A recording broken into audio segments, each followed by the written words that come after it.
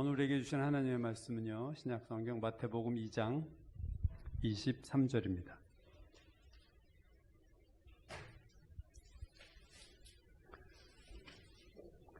마태복음 2장 23절 말씀 한 절입니다. 찾으신 줄 알고 제가 봉독하겠습니다. 나사렛이란 동네에 가서 사니 이는 선지자로 하신 말씀에 나사렛 사람이라 칭하리라 하심을 이루려 함이로라. 아멘. 오늘 말씀을 중심으로 나사렛이라는 제목으로 우리 변영호 목사님 귀한 말씀 전해주실 때 많은 은혜 받으시기 바랍니다.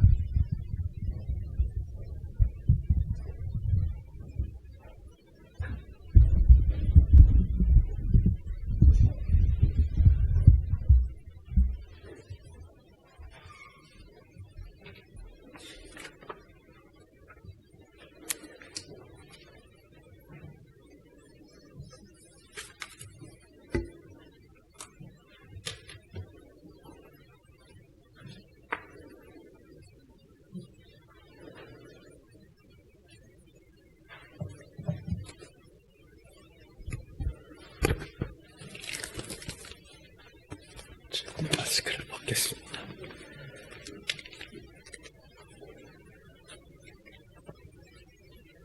잠시 기도하시고 예배드리겠습니다. 하나님 감사합니다. 세상에 속하게 하지 아니하시고 부르셔서 법에 들어오신 우리 주님의 피값으로 세운 거룩한 은혜와 사랑이 가득한 주님의 전으로 부르셨습니다. 세상이 결코 알 수 없는 하나님의 신령한 기쁨을 주시기 위해서, 그리고 그것을 영원히 누릴 수 있도록 하기 위해서 주님이 이 땅에 나를 위해서 임하셨습니다. 그것을 깨닫는 자리가 되게 하시고, 그것을 누리는 자리가 되게 하시고, 그것을 찬양하는 자리가 될 수 있도록 이 시간을 복되고 은혜롭게 주장하시고 인도해 주시옵소서. 감사드리고 예수 그리스도의 이름으로 기도합니다. 아멘. 어저께 자전거를 탔는데요, 오후에 비가 온다 그래갖고 오전에 일찍 가려고 저희 집사님이랑 오후에 갈 거를 오전으로 땡겨가지고 한 보름쯤 전에 유채꽃이 있는 저 잠실 쪽 방향으로 이렇게 가기로 해서, 유채꽃이 계속 있을까 없을까 궁금도 하고 그래서 그쪽 방향으로 올라가는데요, 가다 보니까 왼쪽 편으로 자전거를 타고 탄천을 쭉 잘라서 올라가다 보니까 왼쪽 편으로 행길 쪽으로 이렇게 연결되어 있는 둔덕 있는 쪽으로 장미꽃이 이렇게 쫙 피었어요. 그리고 장미꽃 핀 그 사이사이에 하얀색 찔레꽃이 이렇게 쫙 이렇게 듬성듬성 같이 있어서 빨간 꽃이랑 하얀 찔레꽃이 같이 이렇게 있었고, 오른쪽은 보니까 유채꽃은 노랗던데요, 금괴관은 노랗거든요. 노랑 금괴관이 아주 이제 핀 지가 얼마 안 돼가지고 막 새록새록 막 새로운 노란색으로 아주 쫙 펴 있었어요. 참 유채꽃 밭에 딱 갔더니 유채꽃은 끝나고 유채꽃은 열매를 맺었고요, 벌써부터 그 사이에 코스모스가 폈더라고요. 어느샌가 벌써부터 이 가을을 알리는 코스모스가 폈는데, 거기에 벌들은 그래도 자주 보는데 나비들을 제가 잘 못 봤는데 나비들이 참 많이 날아다니더라고요. 생명이 참 많이 날아다녀서 참, 5월 참 좋은 달이다. 5월 하면 저희 부부가 만난 지 40년이 됐는데요, 저희 집사람 집이 동교동이어서 거기를 가다 보면 담에 장미가 이렇게 쫙 이렇게 장미꽃들이 이렇게 꽉 내려왔던 기억이 있어요. 그래서 장미를 보면 사진을 찍기 위해서 이렇게 장미를 주로 찍지만 그 햇빛 있는 쪽을 향해서, 파란 하늘이 있을 때 그쪽을 향해서 아래서부터 위로 해서 이렇게 사진을 찍습니다. 5월이 되면 저희 집사람 만난 날도 기억이 나지만 저희 아버님이 돌아가신 지 10년이 되셔서 저희 아버님도 많이 생각이 납니다. 올 초에 세상을 떠나셨는데요.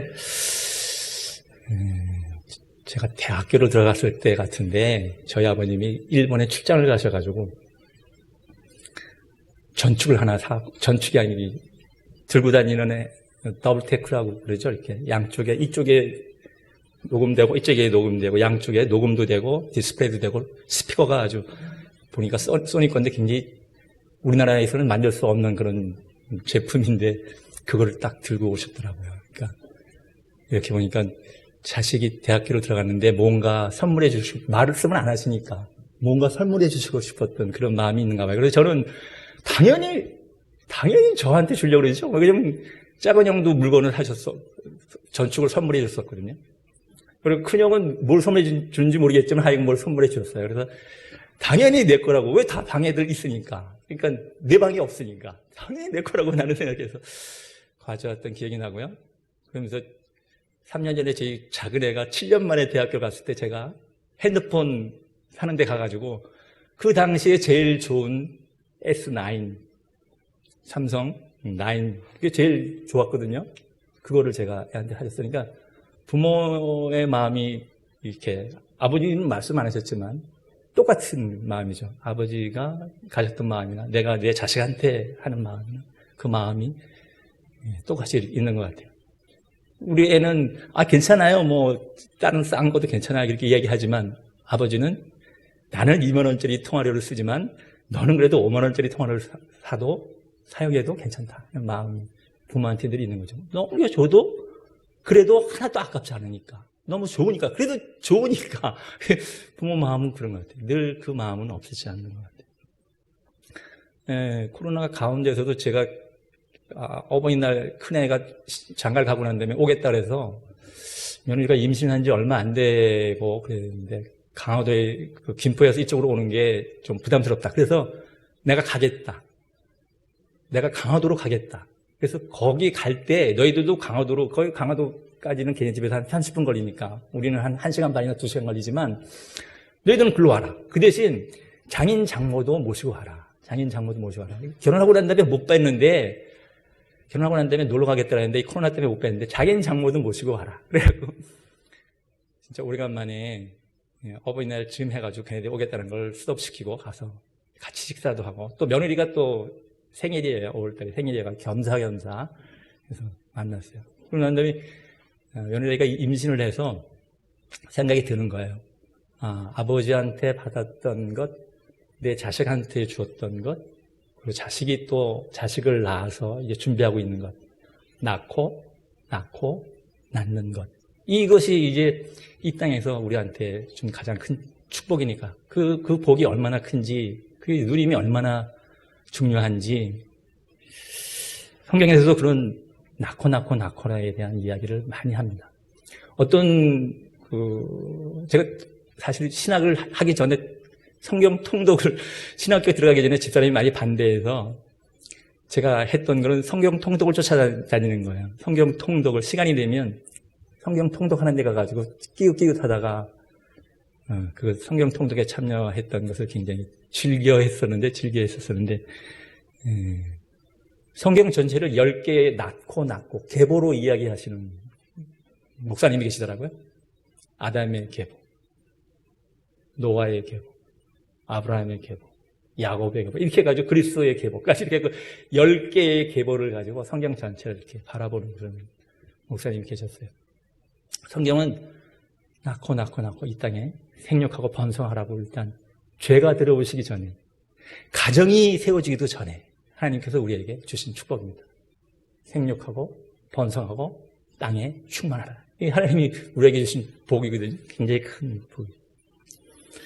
창세기 5장에 낳고 하는 이야기가 이제 본격적으로 나오기 시작합니다. 오늘 창세기서부터 계시록까지에 대한 이야기, 그리고 그 이야기를 설명하기 위해서 나사렛이라고 하는 것을 중심으로 해서 이사야는 무슨 이야기를 했는가, 그리고 살면서는 로마서는 어떤 이야기를 하는가, 그리고 기타 선지서들과 히브리서, 고린도전서 이런 이야기를 해서 성경을 통독하듯이 그냥 이렇게 한번 같이 나누려고 합니다. 창세기 5장에요. 아담이 130세에 셋을 낳습니다. 800년 동안 살면서 자식을 낳다가 930세에 죽었더라. 이렇게 되어 있습니다. 아담의 계보는 이렇습니다. 낳고 살다가 죽었더라. 이게 아담의 계보의 특징입니다. 아담 계보의 특징. 낳고 살다가 죽었더라. 그런데요, 마태복음의 계보는 그렇지 않아요. 39권에 대한 구약이 끝나고 27권의 신약이 시작할 때 한 400년 동안의 절단의 시간이 있었어요. 400년 동안에 하나님의 말씀이 나타나지 않는 절단의 시간이 있었어요. 그러고 난 다음에 마태가 처음으로 유대인들을 향해서 유대인들의 구원을 위해서 주장했던 것은 그리스도 예수의 계보라 이야기를 하면서 낳고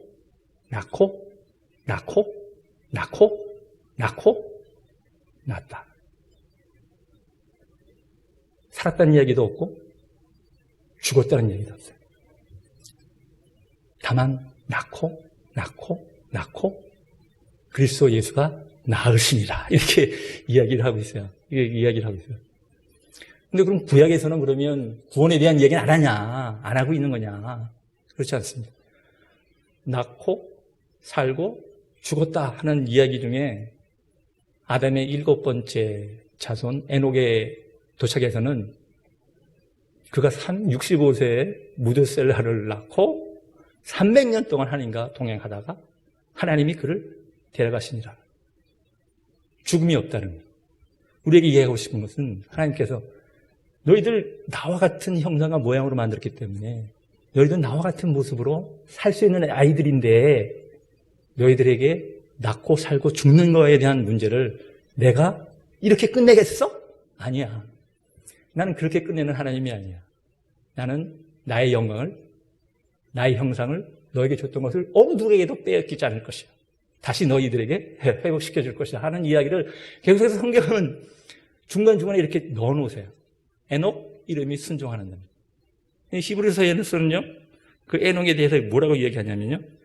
믿음으로 에녹은 죽음을 보지 않고 옮겨졌으니 하나님이 그를 옮기심으로 다시 보이지 아니하느니라. 그런데 그는 옮기기 전에 하나님을 기쁘시게 하는 자라 증거를 받았느니라. 이렇게 이야기함으로 해서 하나님과 동행하는 300년 동안의 삶을 365세에 하나님 데려가시는데 어떻게 보면 1년이라는 횟수일 수도 있고 인생의 전체 기간일 수도 있고 인간 전체 삶의 기간일 수도 있고 그런 365년을 살다가 에녹을 데리고 갑니다.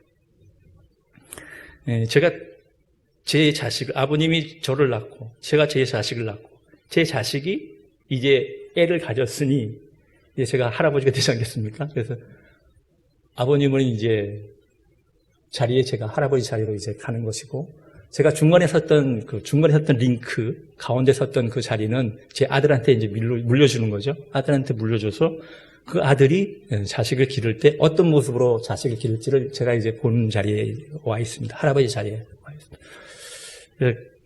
한편으로는 좋고 한편으로는 이제 할아버지는 어떻게 살아야 될까? 자식으로서는 이렇게 살았던 경험을 했기 때문에 애한테 이야기해 줄 수 있는데 할아버지 모습은 보는 게 저희 아버님한테 봤던 거가 되나서 아버지가 나에게 어떻게 하셨던 건가 하는 생각을 하게 되죠.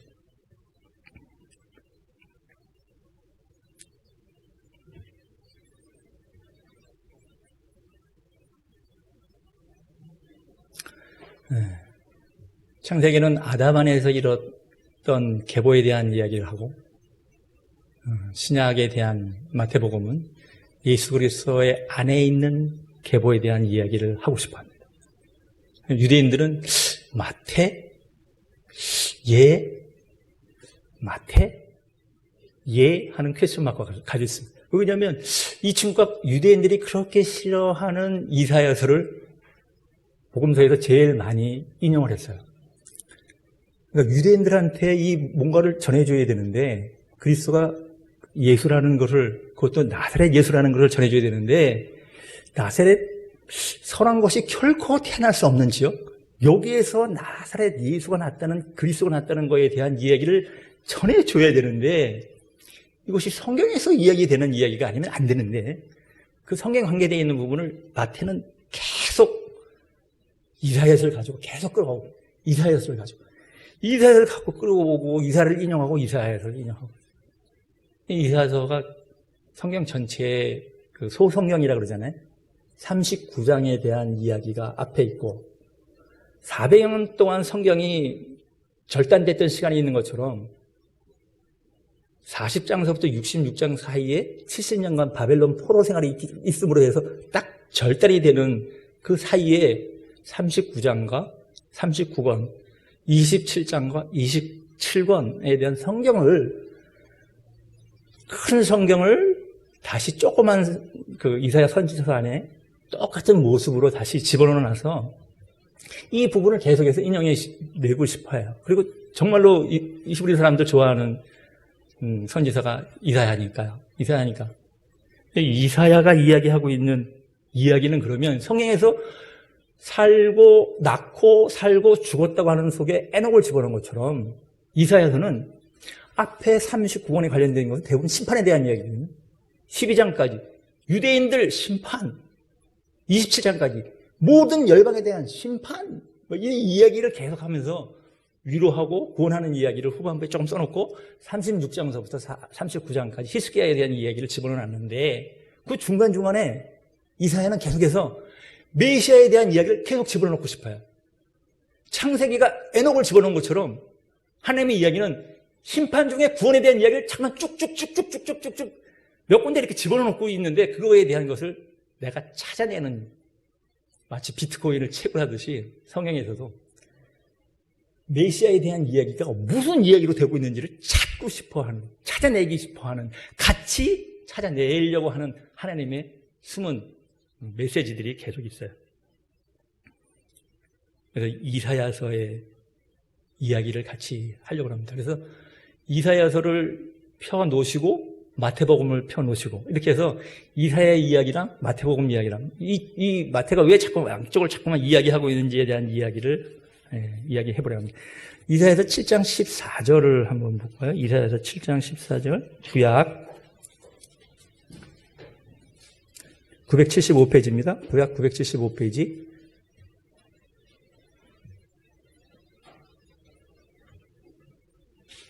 구약 975페이지. 7장 14절. 그리고 마태복음을 이렇게 손으로 이렇게 페이지 있는데 2장 23절을 이렇게 잡고 계시고요. 7장 14절. 이사야가 일단 이사야가 60년 동안 사역을 했는데요. 우리 권사님 믿음이 한 60년 되실 것 같은데 그 마음으로 찬양을 불렀던 사역 60년을 이사야가 하면서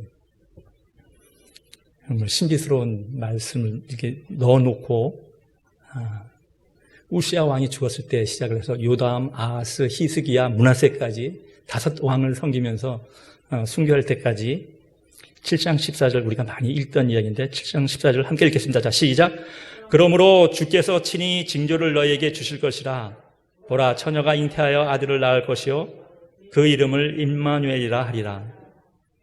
마태복음으로 오겠습니다. 마태복음 1장 23절 손을 이렇게 마태복음에 놓고요. 다시 왼손은 이사야에 놓고요. 마태복음 1장 23절 그 이야기를 갖다 놓고 이사야가 7장 14절, 7장 14절 할 때는 어떤 분위기였었냐면 진짜 아하스 왕 때 막 아수르가 북이스라엘을 침공해가지고 북이스라엘이 거의 끝날 직전에 있는 상황에 아하스가 벌벌 떨고 있는데 남유다까지 공격하면 어떡하나 벌벌 떨고 있는데 아하스한테 한 이야기거든요. 아하스 왕한테. 근데 마태복음 1장 23절 또 함께 읽겠습니다. 시작. 보라, 처녀가 잉태하여 아들을 낳을 것이요 그의 이름은 임마누엘이라 하리라 하셨으니 이를 번역한즉 하나님이 우리와 함께 계시다 함이라. 처녀가 잉태한다는 이야기를 메시아를 이야기하고 싶은데요. 순서를 가지고 이야기를 합니다. 처녀가 잉태를 하는데 그럼 어떻게 잉태해? 성령님으로 잉태를 할 거야 하는 이야기를 이제 먼저 이사야가 이 얘기를 하는 거죠. 그러니까 메시아가 온다는 이야기는 히브리 사람들을 정말 믿습니다. 히브리인들의 제일 소망은 메시아가 오는 겁니다. 메시아가 오는 겁니다. 근데 그 메시아가 어떤 메시아인지에 대해서 지금도 헷갈리는 거죠.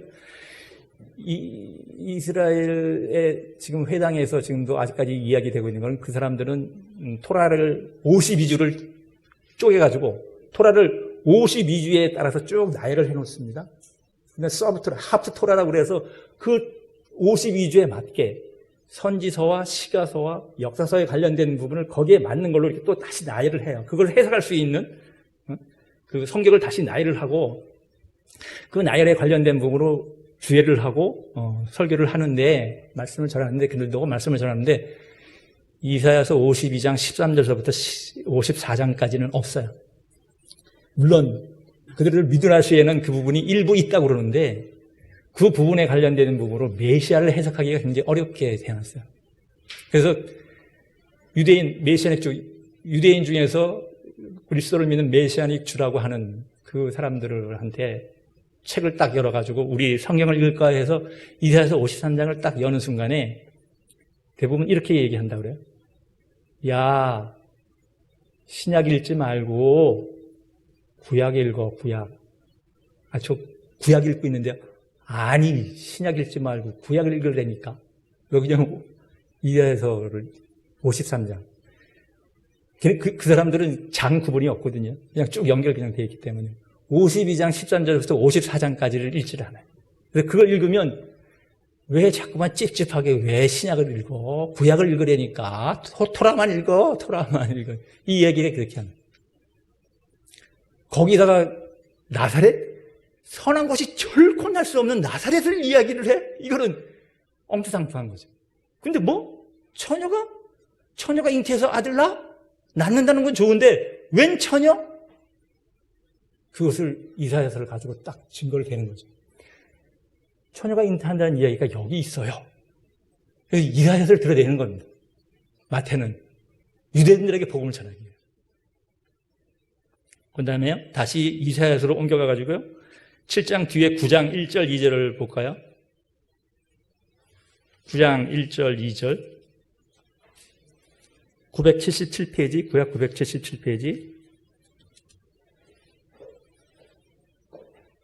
구약 977페이지 9장 1절 2절 9장 1절 2절 함께 읽겠습니다. 자, 시작.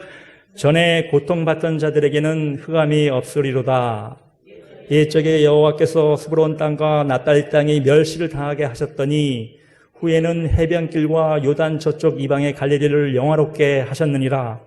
흑암에 행하던 백성이 큰 빛을 보고 사망의 그늘의 땅에 거주하던 자에게 빛이 비쳤도다.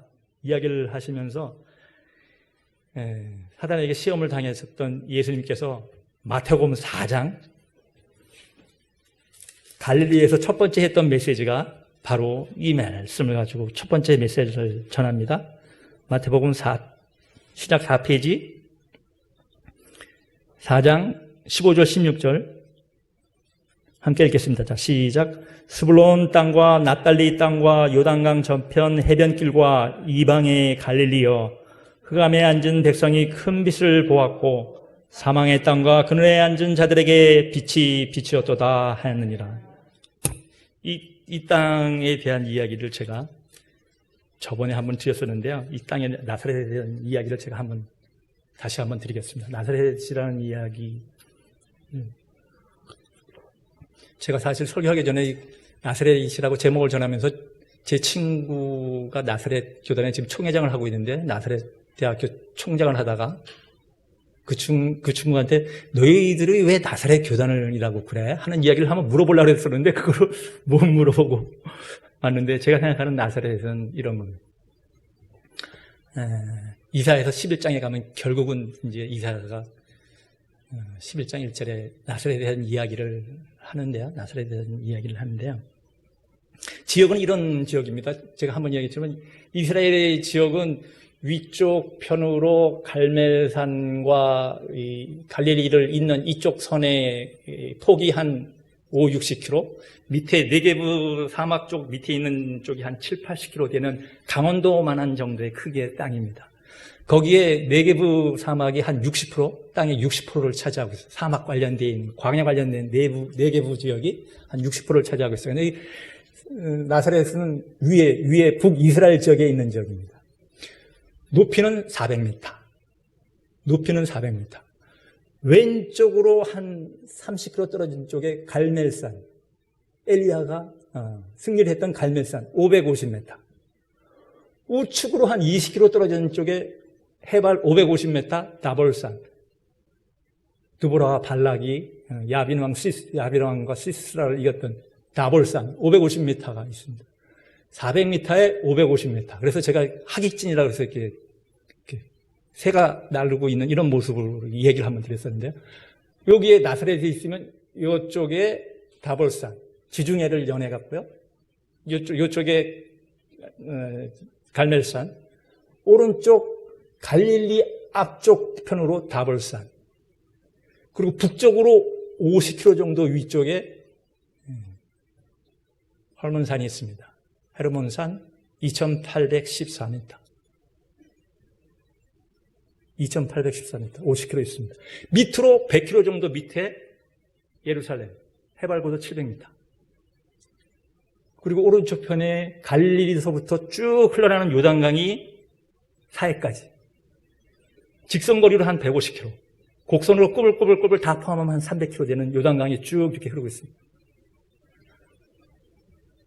헐몬산서부터 예루살렘까지, 갈멜산서부터 다볼산까지. 그 교차 지점에 나사렛이 있습니다. 나사렛. 그리고 거기에 요단강이 생명수처럼 옆에 흐르고 있습니다. 나사렛이라고 하는 것은 구약에 그 지명이 안 나타납니다.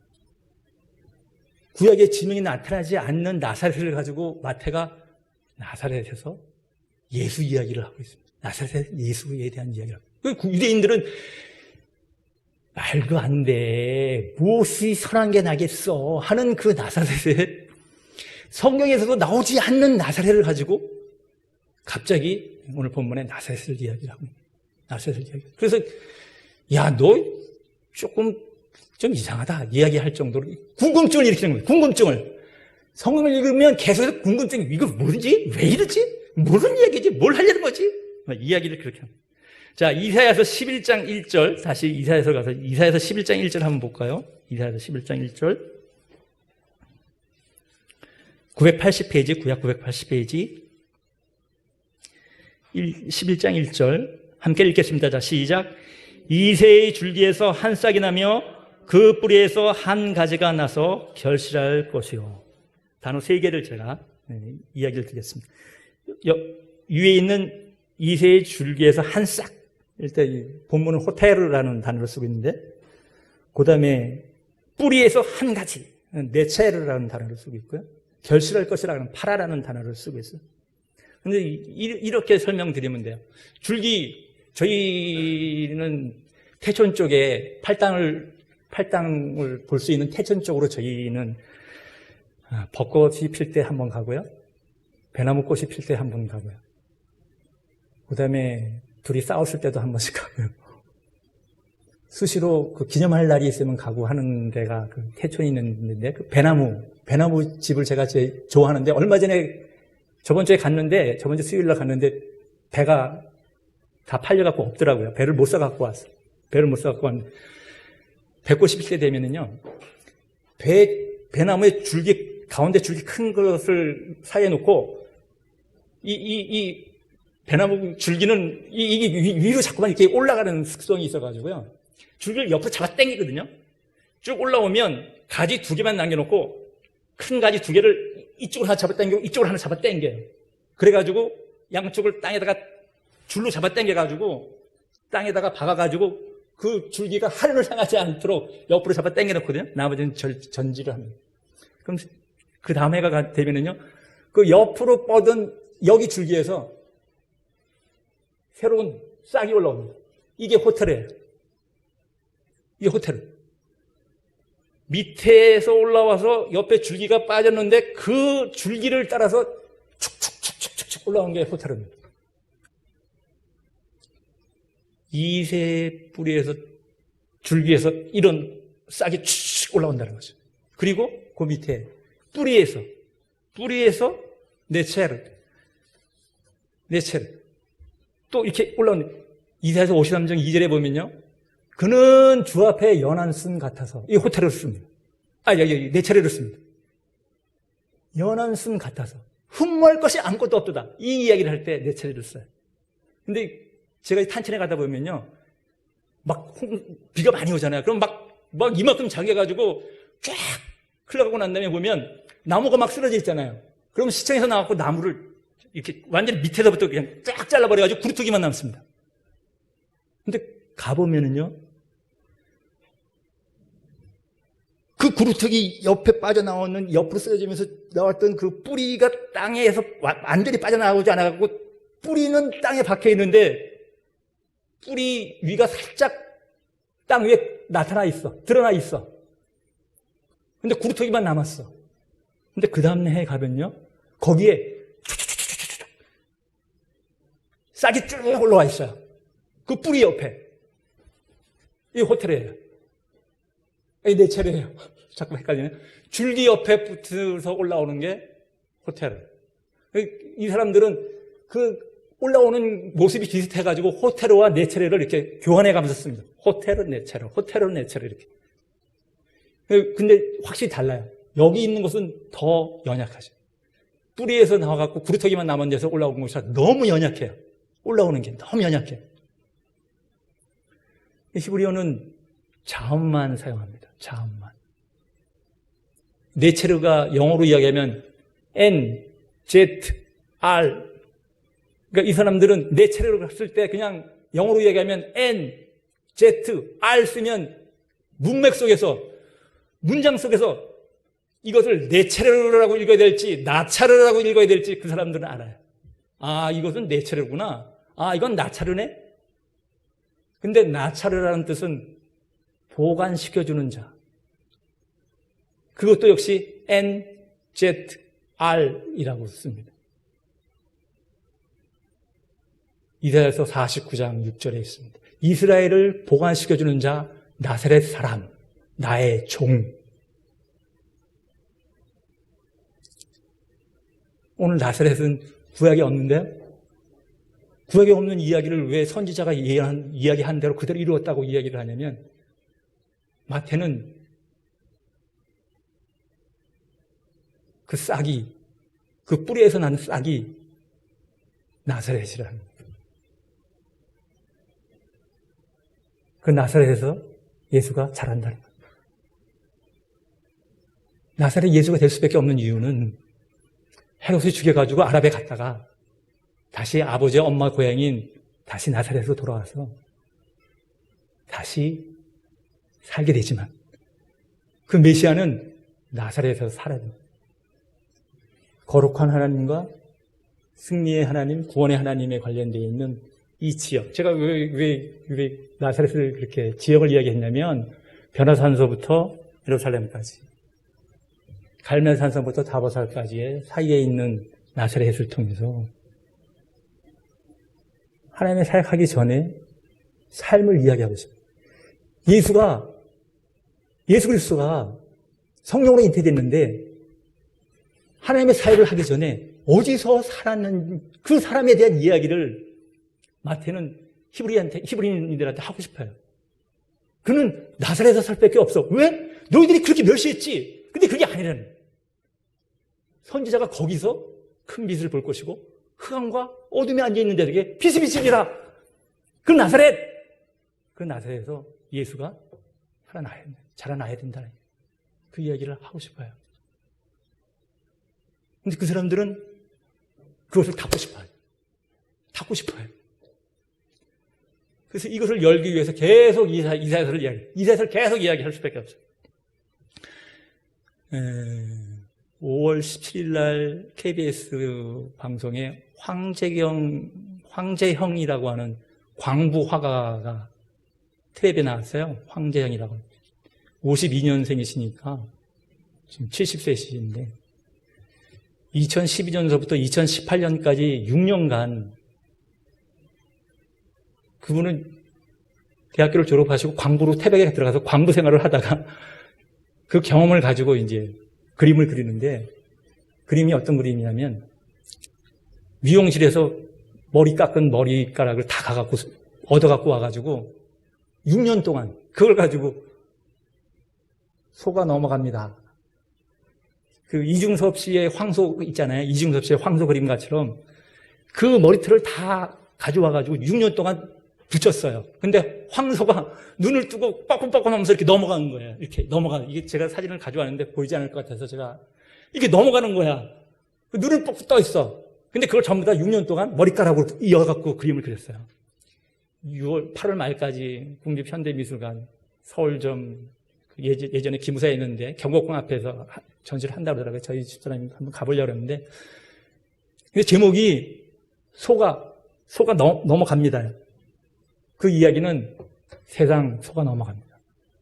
세상 소가 넘어가지 마십시오. 우리 말은 그런 식으로 똑같은 말인데 연음에 의해서 소가 넘어갑니다가 소가 넘어갑니다. 연어로 쓰면 소가 넘어갑니다. 이렇게 되면서 이미지가 다른 이중의 이미지를 전달하잖아요. 근데 이스라엘의 언어는 자음만을 통해 가지고 이중의 언어를 계속 전달하고 싶어요. 그 안에 예수 그리스도가 어떻게 드러나는지에 대한 이야기를 계속 하고 싶어요. 그러니까 나사렛 이야기 안 할 수가 없어요. 나사렛 뭐가 중요해? 그 멸망받는 어둠 땅에 왜 메시아가 거기서 자라? 근데 자라야 된다는 거예요. 왜 그러냐? 하나님의 말씀을 응하게 하기 위해서. 하나님이 이미 말씀하셨기에 그것이 응하기 위해서 예수는 나사렛에서 자라나야 된다. 근데 왜 자라나야 되냐? 왜 자라나는 게 중요하냐? 다시 마태를 지나서 누가 2장으로 한번 가보겠습니다.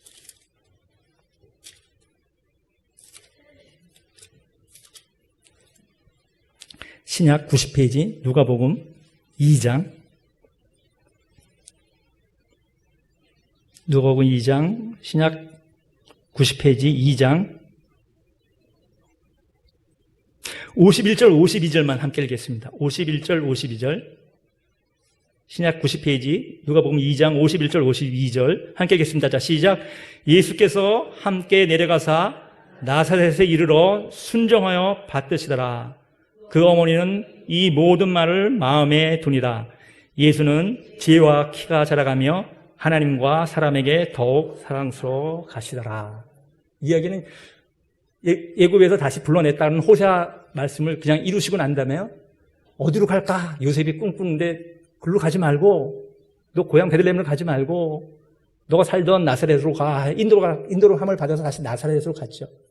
나사렛 갔을 때 매년 6월절만 되면 집에서부터 100km 떨어져 있는데 이거 그냥 갈 수가 없어서 너무나 이게 고산 지역이라 다시 요단강을 건너서 왕의 대로를 따라가지고 다시 여리고의 강을 다시 건너서 이렇게 예루살렘을 가야 되는 거거든요. 그거를 6월절만 되면 부모가 이제 예수님을 데리고 계속 내려갔던 때가 지나가지고 12살 되던 애 내려가셨는데 예배를 끝나고 집에 돌아와야 되는데 없는 거야. 12살짜리 예수가 없는 거야, 아들이. 그래서 부모가 막 하루 동안 찾았는데 없으니까 다시 그럼 예루살렘에 가자. 그래서 예루살렘에 갔더니만 성전에서 가르치는 선생님들과 이야기도 하고 토론도 하고 재밌게 지내고 난 다음에 예수님께서 왜 내가 하나님의 집에 있어야 되는지를 모르셨나이까? 이야기를 그렇게 엄마한테 하죠. 나는 하나님 집에 있어야 되는 사람이에요. 나 원래 여기 있어야 되는 사람인데 왜 나사렛에 가냐? 부모를 받들기 위해서. 예수는 하늘에 관련되어 있는 하나님에 대한 4계명과 땅에 관련되어 있는 6계명의 링크에 관련되어 있는 내 부모를 공경하라. 그러면 내가 준 땅에서 너가 장수하리라는 그 출애굽기 20장 12절 말씀대로 내 부모를 공경하라. 너가 하나님으로서 사람의 몸을 빌려 이 땅에 낳지만 너의 육신의 부모를 공경하라. 이것이 내가 땅에서 잘되고 장수하리라는 에베소 6장 이야기처럼 그대로 그냥 그 삶을 나사렛에서 살기 위해서 나사렛에서 삶을 사셔야 돼요. 그러니까 예수님은 모든 성경의 말씀을 다 이루셔야 되기 때문에 그 말씀을 이루시기 위해서 다시 부모를 순종하는 마음으로, 에녹의 이름이 순종하는 거예요. 부모를 공경하기 위해서.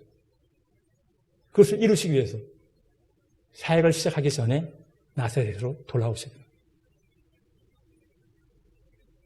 1.1획도 예수 그리스도 안에서 흐트러짐 없이 다 이루어지기 위해서 예수는 나사렛에서 사셔야 됩니다. 제가 들어오기 전에 하나님이 세우신 것은 가정이죠. 가정. 제가 들어오고 난 다음에요, 하나님이 세우신 것은 교회입니다. 두 개만이 하나님이 세우신 공식적인 거죠. 가정과 교회. 근데 가정이 세워지기 전에 하나님 먼저 약속해 놓으신 게 있어요. 나의 형상을 따라 나의 모습대로 우리가 사람을 만들자 이야기하시고 난 다음에 너희들은 생육하고 번성하고 땅에 충만하라. 땅을 정복하라. 모든 생물을 다스리라. 그러고 난 다음에 심히 보기 좋았다. 하나님 보시기에 심히 보기 좋았더라. 이 얘기를 하시고 난 다음에 가정에 대한 세부적인 이야기를 그 다음에 아담과 하와 2장에 가면 이야기 하시는 거죠. 가정 10단어로 바꾸면요. 가정이라는 두 단어를 10단어로 바꾸면 보시기에 심히 좋았더라. 가정을 7자로 바꾸면 어떻게 될 것 같습니까? 제가 생각하기에 7자로 바꾸면 잠을 함께 자는 어디 갔어요?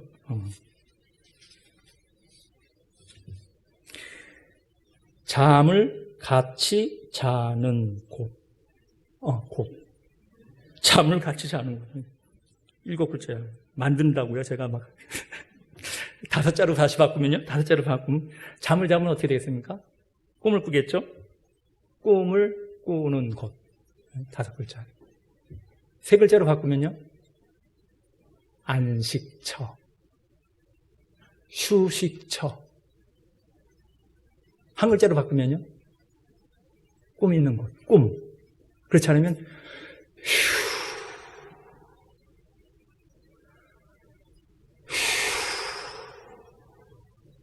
세상에서 있었던 것을 다 털어놓고 집에 와서는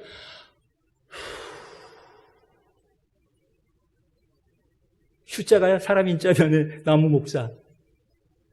사람이 나무 옆에 기대고 있으면 편하다. 세상의 일은 그렇게 해서 편할지 모르지만요. 구원에 대한 문제는 십자가에 기대지 않으면 사람이 결코 편해질 수 없습니다. 영원한 생명을 받은 자가 죽음에 처해야 되는 상황에서는 그 사이에서는 안식을 가질 수 있을 만한 자가 구원자 중에서는 없어요. 구원받은 자 중에는 영혼의 생명의 호흡을 받은 자가 죽어야 되는 것에 대한 갈등을 구원받은 자들은 괴로워하지 않을 수가 없는 존재예요. 그래서 죽을 수밖에 없는 이것 때문에 평생 종로로 살 수밖에 없는 것도 인간이야.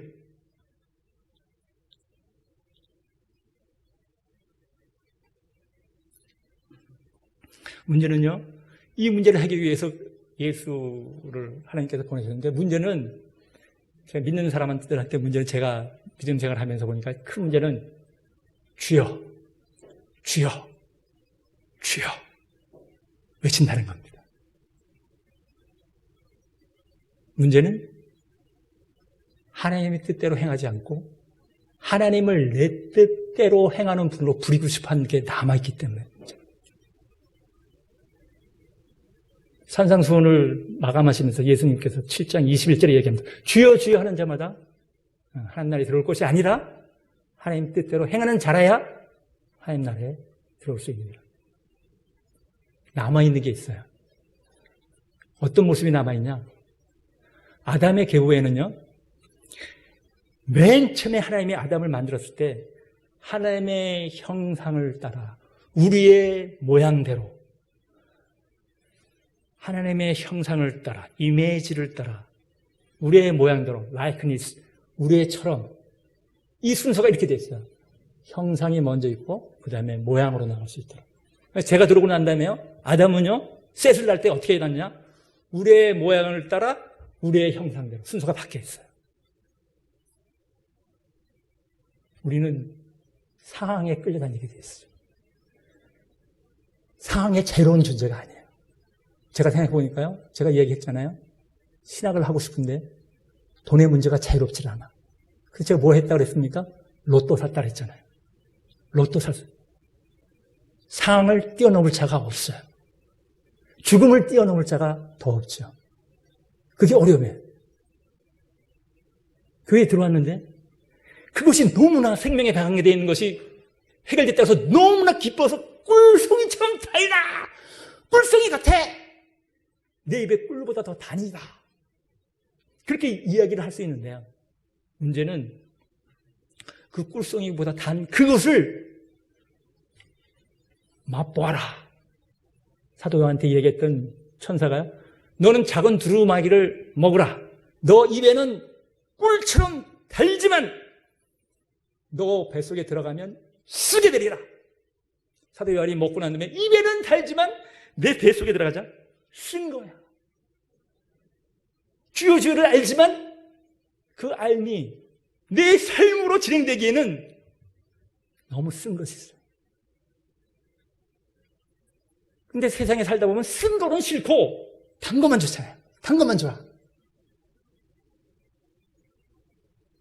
하나님께서 허락하신 것은 왜 고난을 허락하셨어? 내가 신학한다 그러면 복권 되게 해주면 뭐 어때서 내가 뭐 그거 떼어먹는데? 결코 허락 안 하지. 너를 내가 잘 알거든. 너 돈 생겨봐. 마음에 안 들어? 이 정도에서 신학 있으면 됐지. 너 와이프랑 싸웠어? 이 정도 떼어주고 헤어져버리면 되지. 너 얼마든지 할 수 있는 놈이야. 나는 속으로 감출 수 있을지 모르지만 하나님은 아시기 때문에 허락 안 하죠. 나는 자꾸만 필요한 거 달라고 하는데 왜 안 주세요? 너한테 필요한 거 주면 너는 너 자리를 떠나. 너는 상하에 쫓겨다니는 애야.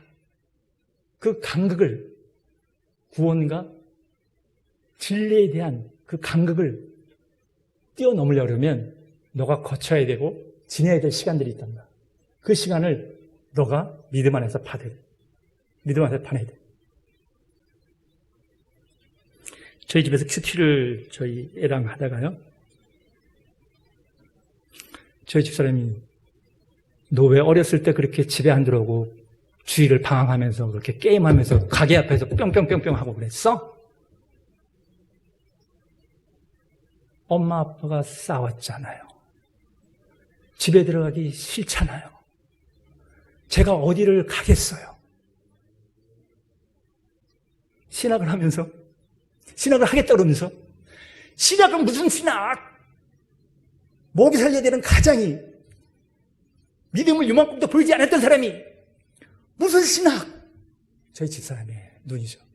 아니야, 난 그렇지 않았거든. 난 이미 하나님한테 하겠다고 이미 이야기를 오래전에 했거든. 근데 그 이야기를 했나? 이야기도 안 했어. 그 간극이 늘 있는 거야. 근데 그 간극 사이에 내 자식은 집에 들어오지 않고 길거리를 헤매고 있는 거야. 그걸 몰라. 부모는 그걸 몰라. 인간 부모는 하나님이 아니면 너희들이 그 알고 하고 싶어 하는 것과 그 삶으로 이어나갈 때 그거에서 생기는 그 싸움과 다툼과 분열과 아픔과 이 이야기를 나는 아는데 너희들은 몰라갖고 자기 편한 대로만 해석을 하는 거지. 자기 편한 대로만.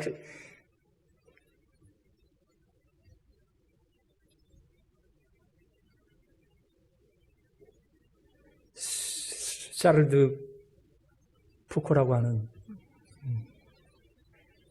프랑스 신부가 있는데요.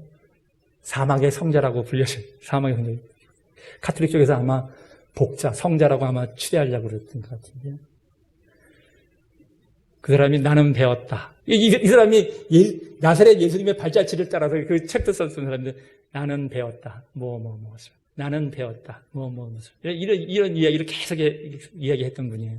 근데 그분이 인생을 살면서 나는 모든 것을 자르면 양 단면이 있는 것을 배웠다.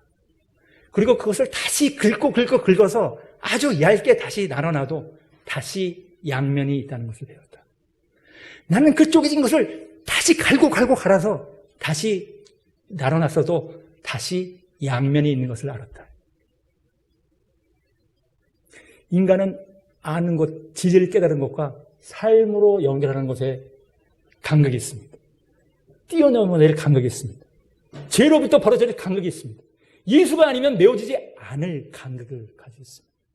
생명으로 연결되지 못할, 영원히 생명으로 연결되지 못할 간격을 갖고 있는 게 인간의 실존입니다. 실존. 그래서 낳고 살고 죽고를 계속할 수밖에 없는. 제가 고스톱 목사라고 소문이 나는데 제가 고스톱을 치는 이유 중에는 정말로 즐겁기 때문에 그렇습니다. 정말로 즐겁습니다. 고스톱 그러면 저는 노름으로 보지 않습니다. 놀이로 봅니다. 세상의 노름을 얼마든지 우리는 놀이로 바꿀 수 있도록 하나님의 형상을 갖고 있는 사람들. 그것을 계속해서 놀이로 만들어 놓고서 놀이한다고 하지 않고 노름한다고 계속해서 사적질을 하죠. 그것은 우리에게 준 선물입니다. 세상의 모든 것을 누릴 수 있는 것은 우리가 얼마든지 하나님의 형상에서 회복해서 누릴 수 있는 거예요. 노름을 놀이로 바꿀 수 있는 것은 우리한테 이미 선물로 주어져 있어요. 내가 그것을 보지 못하고 내가 그것을 즐기지 못했어요.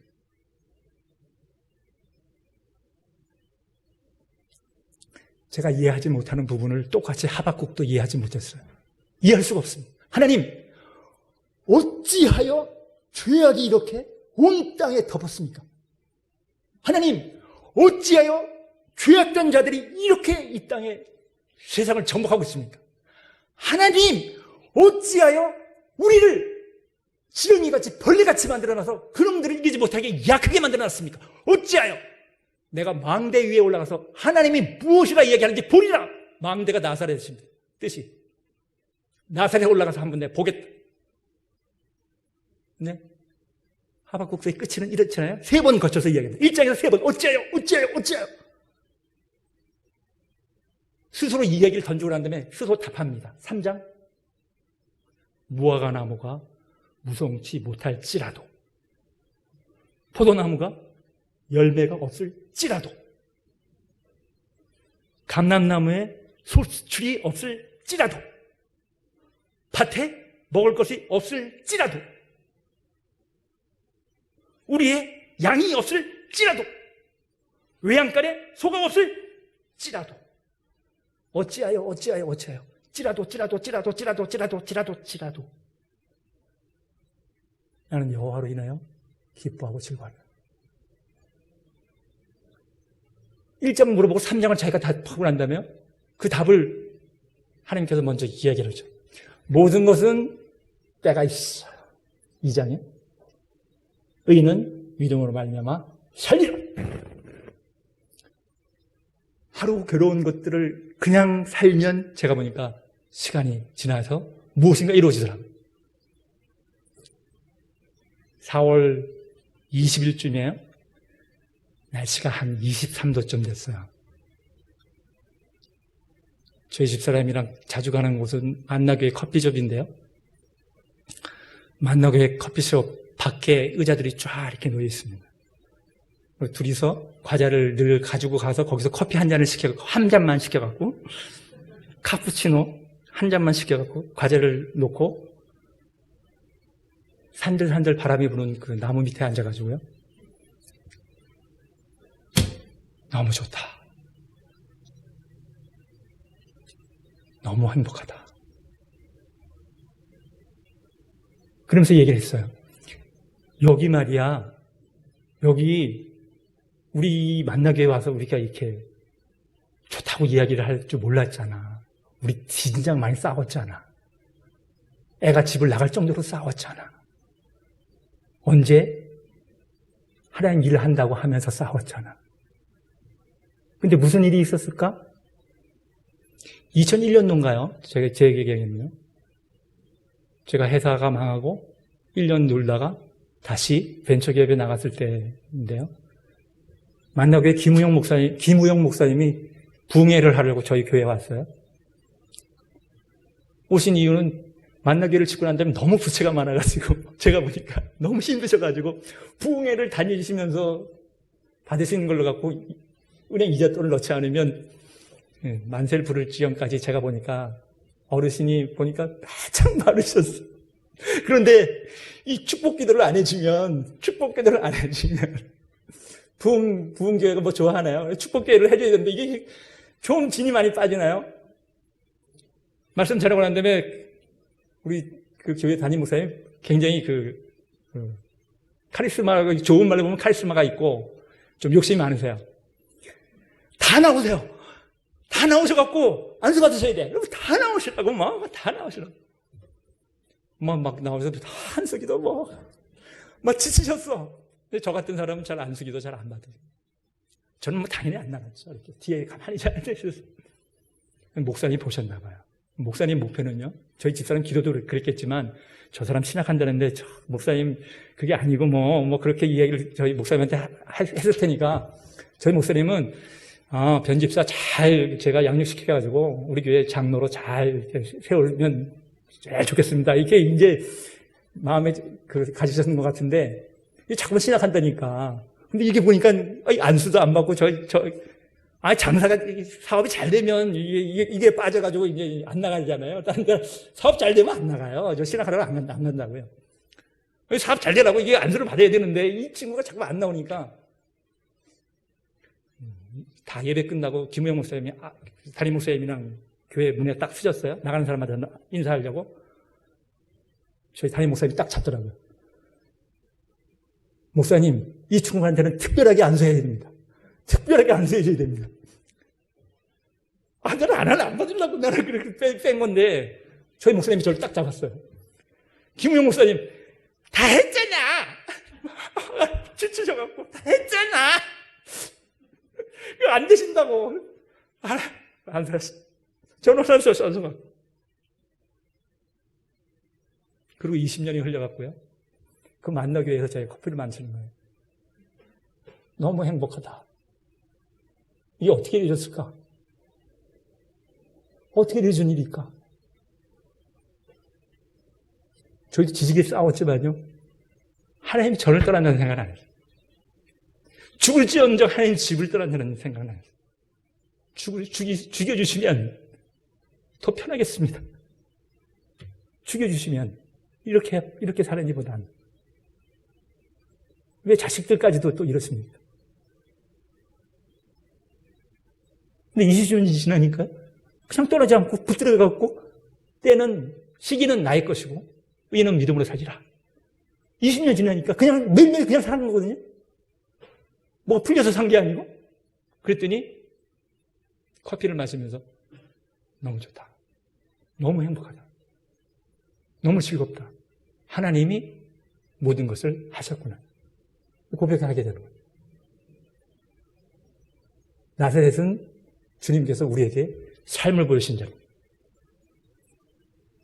로마서는 얘기하죠. 그러므로 하나님의 자비하심으로 너에게 권하노니 너희 몸으로 영적 예배를 드리라. 아는 것과 삶에 대한 감각은 인간에게 늘 있는 것인데 그냥 때와 시간을 하나님에게 맡기고 그냥 하루하루를 살아가는. 그러면 하나님께서 책임을 지신 거예요. 책임을 져시겠다고 약속을 했습니다. 그것을 위해서 예수님께서 이 땅에 오신 겁니다.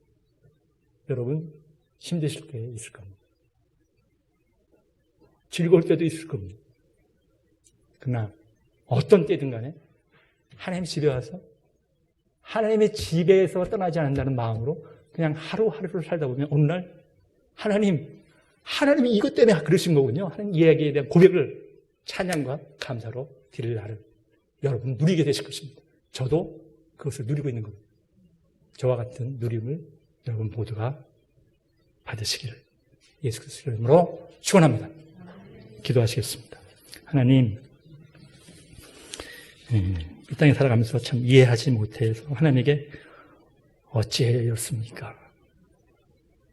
어찌하여 이런 사람을 아내로, 어찌하여 이런 아이를 내 자식으로 하나님께서 허락하셨습니까? 이렇게. 세상은 어떻게 이렇게 해서 더러운 세상을 만들어 놓고 책임도 지지 않으십니까? 하는 망대에 올라 하나님에게 삿대질했던 사람을 하나님이 하셨다고 고백하는 자리까지 하나님께서 만들어내셨습니다. 그 시간이 없었으면 저는 기쁨으로 하나님에게 고백을 드릴 수 없는 자였을 것입니다. 하나님께서는 그 시간을 통해서 하나님께서 예수 그리스도에서 하시는 그 은혜를 알게 하시고 깨닫게 하시고 그것을 삶으로 살아갔을 때의 기쁨이 얼마나 큰 것인지를 누릴 수 있도록 준비해 놓으신 시간이 있고 길이 있습니다. 그 길을 하나님의 졸라에 올라 잡게 하시고 그것을 잡고 하나님에게 부르짖게 하시고 그 시간을 통해서 하나님의 깊고 깊은 은혜와 감사가 넘치는 시간이 될 수 있도록 하나님이 빚으시고 만드시고 모든 것을 주장하여 주시옵소서. 감사드리고 예수 그리스도의 이름으로 기도합니다. 아멘.